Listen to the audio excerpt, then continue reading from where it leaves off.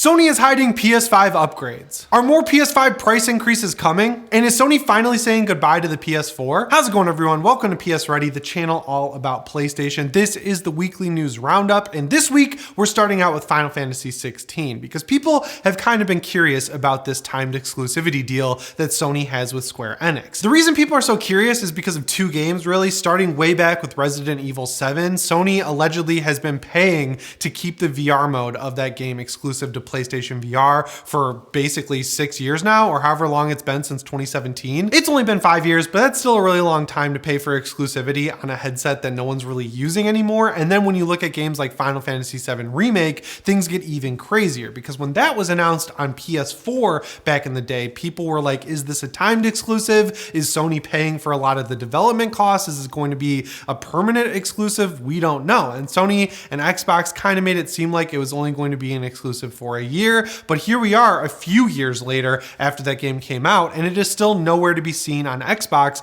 And really what's come out basically tells us that yes, Sony is continuing to pay to keep that game exclusive on the PS5. And that's kind of like the main game people point at over on the Xbox side of the fence when people are talking about how, oh, Xbox can't make Call of Duty exclusive to Xbox once they own Activision. That would be so bad. Why would they make a game exclusive that so many people would love on PlayStation? People point at Final Fantasy VII Remake and say, well, Sony's keeping that off of Xbox. Sony's also doing something really weird with Octopath Traveler 2 that's really coming off petty to Xbox users. Basically, the first Octopath Traveler is only available on Switch, PC, and Xbox One. It's not on Series X, thankfully, I guess, but it's also not on PS4 or PS5. But if you look at Octopath Traveler 2, that is not going to be available on the Xbox, which is just crazy considering that the first game is not available on PlayStation. Like, Square Enix is like totally pay to play with this stuff. They're like, if you give us money, we will keep this game off of whatever device or console you want. And that leads us to Final Fantasy XVI, which really people were kind of curious about the game, but they were also like, is this going to live up to the hype of something like Final Fantasy VII Remake? And with the earlier trailers, I think the answer was maybe, but with the recent stuff they've put out, it really seems like this is going to be a really good return to form for the mainline Final Fantasy games.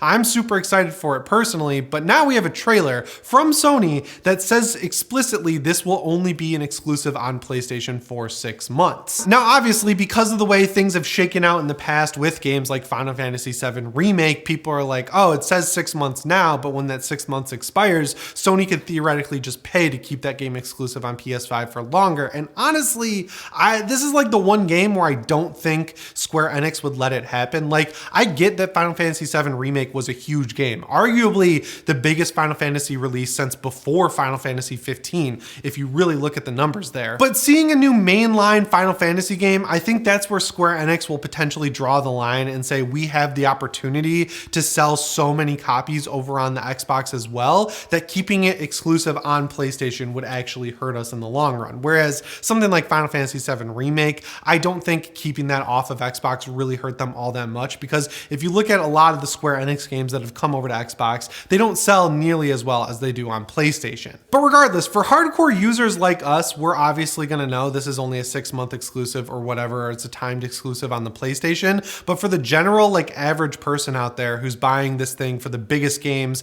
and then Madden and Call of Duty every year, they're going to see, oh, the PS5 is getting crazy exclusives like Final Fantasy XVI, which is a huge game that I'm looking forward to, because when I was a kid, I used to play Final Fantasy 7, 8, and 9 on my PS1. So that's kind of why Sony, I think, is making the strategic moves here, because it really is a win-win, right? Like, they capture that nostalgia from people who played Final Fantasy games on their PS1s, and then they also keep the game off of Xbox, which in turn helps them sell more PS5s and increases demand there. So yeah, as of right now, the language is that Final Fantasy XVI is going to be PS5 and PC exclusive for 6 months, and then it'll come to Xbox, but we'll see how that one shakes out. I'm not entirely certain that it's going to only be 6 months. Now we got to talk about one of the most annoying things about the PS5 versus the Xbox Series X, and that's that the Xbox has smart delivery and that the PS5 system for getting free PS5 upgrades is honestly terrible. So the example here is that on the Xbox Series X, right, if I bought, I don't know, Assassin's Creed Valhalla for Xbox One and put that disc in my Xbox Series X,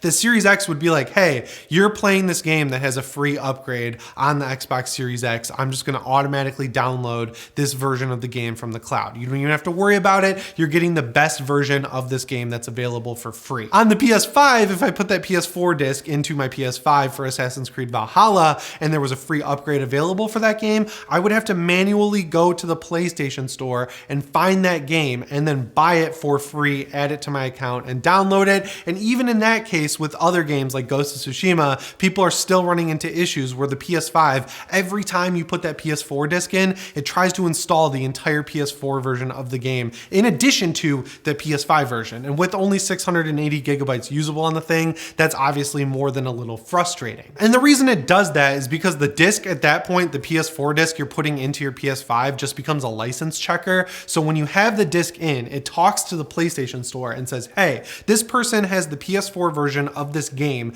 that has a free upgrade inside their PS5 right now, so they can add the PS5 version to their account for free. And then from that point forward, if you want to play the PS5 version of Cyberpunk, for example, you got to put that PS4 disc in your PS5 to start the PS5 version. And as we all know, like I just said, when you put that PS4 disc in your console, it automatically starts installing the game. So you can cancel it, you can wait till it installs. It's just irritating either way that it always continues to try to install that PS4 version of the game when you're also downloading the entire PS5 version as well. And that issue has really come to a head lately thanks to Bungie and Destiny 2, because if you guys didn't know, which apparently a lot of people don't know, there is a free PS5 upgrade for Destiny 2. It wasn't a free patch for the PS4 version. They made an entirely separate version of the game that is actually worth downloading because it runs at 4K at 60 frames per second. And it's a pretty perfectly locked 60 frames per second. Now you'd think that since Destiny is kind of like a life suck game, you basically pay attention to everything that happens in the world of Destiny, people would know that on their PlayStation 5, if they're using the PS4 disc to play the game, they'd have to go to the store and buy for free the PS5 version of the game and then boot that up every time. But no, apparently a vast majority of the people who are playing on PlayStation 5 right now are still using that stinky old 30 FPS version of Destiny 2 that was shipped way back on the PS4 and the PS4 Pro. So while I'm sure that Microsoft has some sort of patent or trademark on the name Smart Delivery, we have seen Sony do their own version of stuff like this in the past so many times. It sounds kind of like a weird thing to complain about, but it's like the most annoying thing about the console, and you're still having issues with some games where you'll put them in and then it'll be like, hey, I'm gonna download the PS5 version as well once you add it to your account. But then it also downloads the PS4 version and then you can't switch to the PS5 version. Call of Duty is notorious for that issue, and just like the fact that that exists is kind of crazy. So if you have a lot of PS4 discs that you're putting in your PS5 that have free upgrades, it's definitely worth making sure that you're playing the PS5 version. And the way you do that is you click the options button on the game and it'll give you a little drop down menu that'll show you what version of the game you're playing. And also there's a little icon now that they've added in some software updates since the thing came out. So make sure if you're playing Spider-Man, you're playing Miles Morales, you have any of these games on the PS4 disc, that you have the PS5 version installed, and that's the one you're booting up when you're playing the game. So one of the biggest controversies with the PS5 this year is definitely the price increase that happened around the world. Like if you're in any region except for America, you're definitely paying $50 or $60 equivalent in your area more for a PS5 than you were before, which is super irritating for a lot of people because obviously it's already hard to find these things. So throwing on the cost of a game as a price increase is super frustrating to a ton of people. People were kind of wondering for a few months now if this was going to dampen the success of the PS5 just because the demand has been so high. And now we know, thanks to the earnings call Sony just did, that no, this has had virtually no effect on the demand of the PS5, and people are just seemingly happy to pay the extra $50 or $60 to get their hands on this console. I'm old enough to remember the PS3 days when they were coming off the PS2 and people were like, this is the best console of all time. I cannot wait to see what they have with the PS3. And then when that thing was $600, virtually no one showed up day one to get that thing, and they had to work their asses off to get people to care about the PlayStation 3. So yeah, seeing that they can increase the price to almost the same price, it's like $570, $580 in places like Australia, that's kind of nuts that people are actually willing now in 2022 to pay that price that they weren't willing to pay back for the PlayStation 3. And the other question this begs us to ask is this price increase going to come to America, and are they going to increase the price more as time goes on, right? Because right now the MSRP for the PSVR 2 is over the cost of a PlayStation 5. And I think that's going to be a big sticking point for people, especially here in America. They're like, holy, I have to pay $500 for the console, and then I have to pay $550 for the VR headset. That's absolutely crazy. And if you want to get a game, I think it's pretty close to $600 for a PSVR 2, which is absolutely nuts until you consider that, like, if you wanted to get the Valve Index, right? Like, that's $1,000 or more on top of the price of a gaming PC. So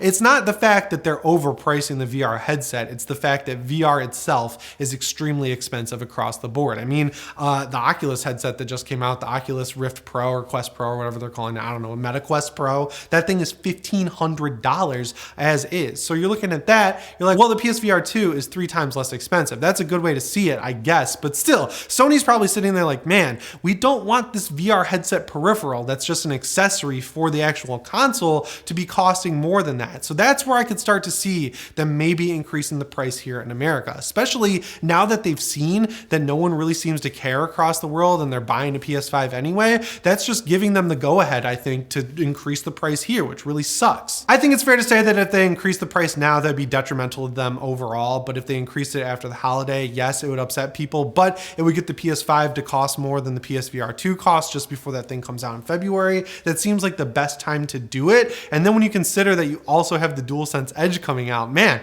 if you want to get the PS5 in 2023, you're going to be paying $550 to $600 for the PlayStation 5. You're going to be paying $550 for the PSVR 2. That's $1,100 right there. You throw on the DualSense Edge and that's $1,300 right there to be all in on the PlayStation 5, which honestly, even still comparing that all in cost of the PlayStation 5, while it is high, obviously, that's still a pretty good comparison to a gaming PC where right now, if you want to get a good one that's going to outclass the PlayStation 5, you're going to be paying at least $2,000, maybe $2,500. I mean, the 4090 alone is the cost of everything I just included on the PS5. So will the price increase happen here in the US? I'm gonna say, like, I'm definitely on the side of yes. I think Sony has seen that no one really cares about the price increase around the world. And yeah, people are gonna complain about it on Twitter here, but in the real world where people are going to the store and spending money, I don't think they're really gonna care all that much, and they'll probably shell out just to get that newest, best PS5. So if you're seeing all the PS5s start showing up online right now, and you're like, maybe I should pull the trigger before Christmas,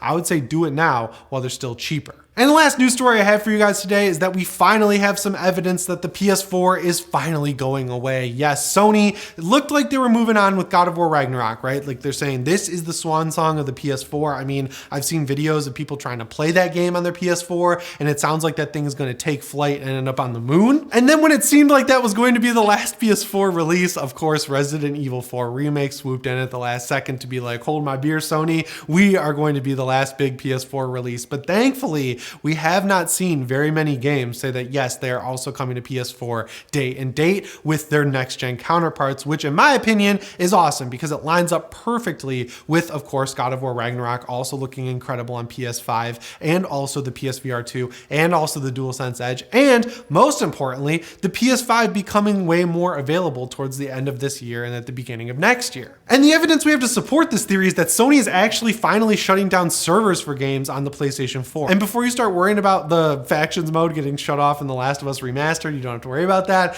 It's a game called Guns Up, which was actually one of the first PS Plus multiplayer games way back in the day, I think in like 2015. I guess no one is playing that game anymore, and Sony is finally saying, look, Guns Up, you lived your life, you had fun doing it, but it is time to shut down your multiplayer servers. I'm sorry. So yeah, while it does suck when you see online games like this have their servers shut down because they're just gone at that point, it's nice to see that Sony is finally ready to start turning off the PlayStation 4. I mean, I remember during the PS4 days when that thing came out at the beginning, they could not get off the PS3 faster. I remember the very last game I ended up playing on the PlayStation 3 was Dark Souls 2, and going back to that from the PlayStation 4 at the time, I was like, holy how did I just play on this console for almost a decade? And look, I know Herman Hulst is out here saying stuff like, oh, we don't want to abandon the 110 or whatever million PS4s out there. I totally get that, but that doesn't mean they have to start putting every big game on the console. When they start saying stuff like that, what I hear is games like FIFA, games like MLB The Show, maybe Spider-Man 2, just to capitalize on the fact that everyone loves Spider-Man. But when you're talking about stuff like the next God of War or the next Last of Us or the big multiplayer PS5 Last of Us game where that's really going to start pushing the console to its limits, that's where I think you'll start to see the PS4 tapering off. And I'm more than fine with that because I want games that really push the PS5 to its limits. And from everything we've seen, we're finally getting there with stuff like God of War Ragnarok. So while yeah, it is kind of bittersweet because I love the PS4 just as much as the next guy, I think it's good that we're finally taking the big step into the PS5 generation almost 2 years into its life cycle.